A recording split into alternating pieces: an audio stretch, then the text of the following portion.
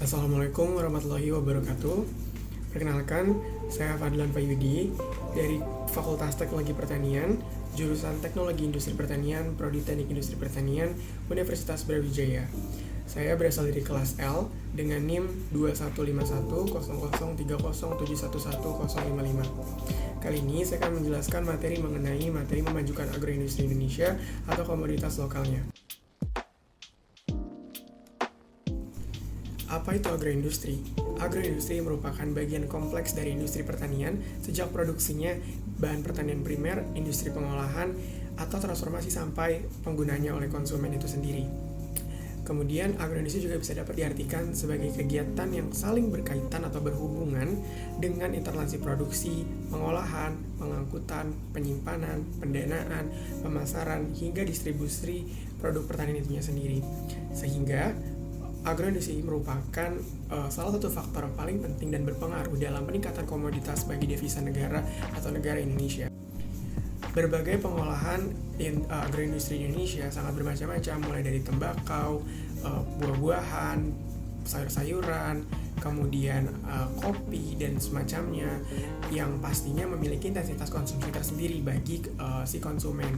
Tetapi salah satu komoditas yang kali ini saya akan bahas adalah tentu saja makanan pokok di Indonesia yang mungkin pastinya semua orang tahu dari makanan pokok ini, itu adalah beras atau nasi.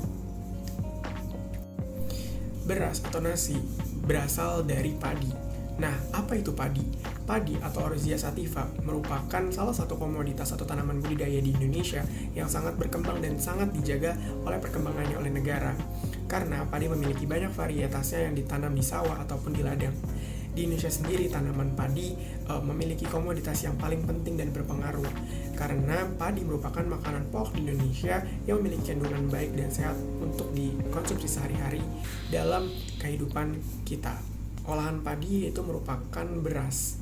Beras, apa itu beras? Beras merupakan salah satu sumber karbohidrat yang utama di kebanyakan negara Asia. Di benua Asia sendiri merupakan sebagai pusat tempat tinggalnya dari para petani yang memproduksi sekitar 90% dari total produksi beras di dunia. Maka dari itu diperoleh data dari Badan Pusat Statistik atau BPS, yaitu produksi padi pada 2021 diperkirakan sebesar sekitar 55,20 juta ton GKG, mengalami kenaikan sebanyak 642,42 ribu atau sekitar 1,14% dibandingkan produksi pada 2020 yang sebesar 54,65 juta ton GKG. Sebagai gambaran, keuntungan bersih para petani di Indonesia dapat menggarap sekitar 1 hektar sawah atau bisa mencapai sekitar 6 juta rupiah per bulannya. Jika lahan garapan mereka memiliki daya tambahan atau komoditas yang berlebih, pendapatan petani bisa mendekati gaji Menteri Pertanian di Indonesia. Dengan sekitar 1 hektar bisa untung bersih sekitar 6 juta per bulannya, atau sekitar kalau 2 hektar kemungkinan 12 juta per bulannya. Selain itu, faktor input dalam perkembangan dan keberhasilan dalam panen padi di Indonesia yaitu adalah faktor dari tanah sawah atau tanah ladang. Yang kita bahas adalah tanah sawah. Tanah sawah ini yang baik untuk digunakan untuk pertumbuhan tanaman padi adalah tanah sawah yang kandungan fraksi pasirnya, debunya, dan lempungannya dalam perbandingan tertentunya memiliki kondisi air dalam jumlah yang cukup dan sesuai. Salah satu tips yang dapat dilakukan oleh pemerintah Indonesia adalah menerapkan sistem PTT padi sawah yang dapat meningkatkan kuantitas dan kualitas dalam produksi padi itu sendiri. Selain itu juga bisa dalam kegiatan untuk pemilihan varietas yang unggul, kemudian penanaman benih yang bermutu, sistem tanaman yang sesuai dengan tanaman yang terpadu, kemudian pengairan lahan sawahnya yang bersih dan dilakukan secara berselang, dan pemupukan yang berimbang, sehingga pengontrolan dalam komoditas tersebut dapat menghasilkan hasil yang berkualitas dan sesuai dengan apa yang diharapkan.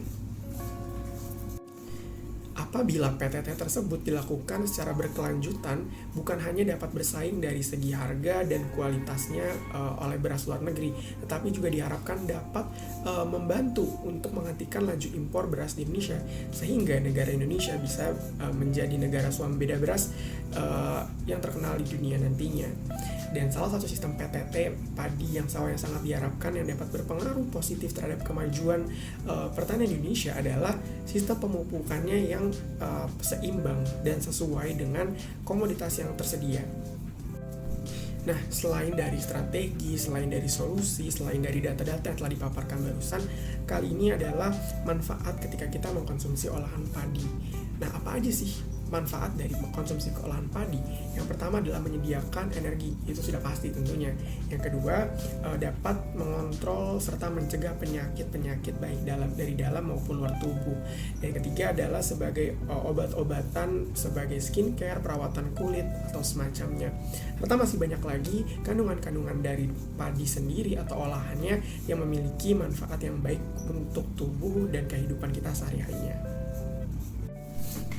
Nah, pemanfaatan komoditas di Indonesia harus terus dijaga dan terus dikembangkan. Selain dari fungsinya sebagai bahan makanan pokok, tetapi komoditas padi Indonesia berpengaruh terhadap devisa negara.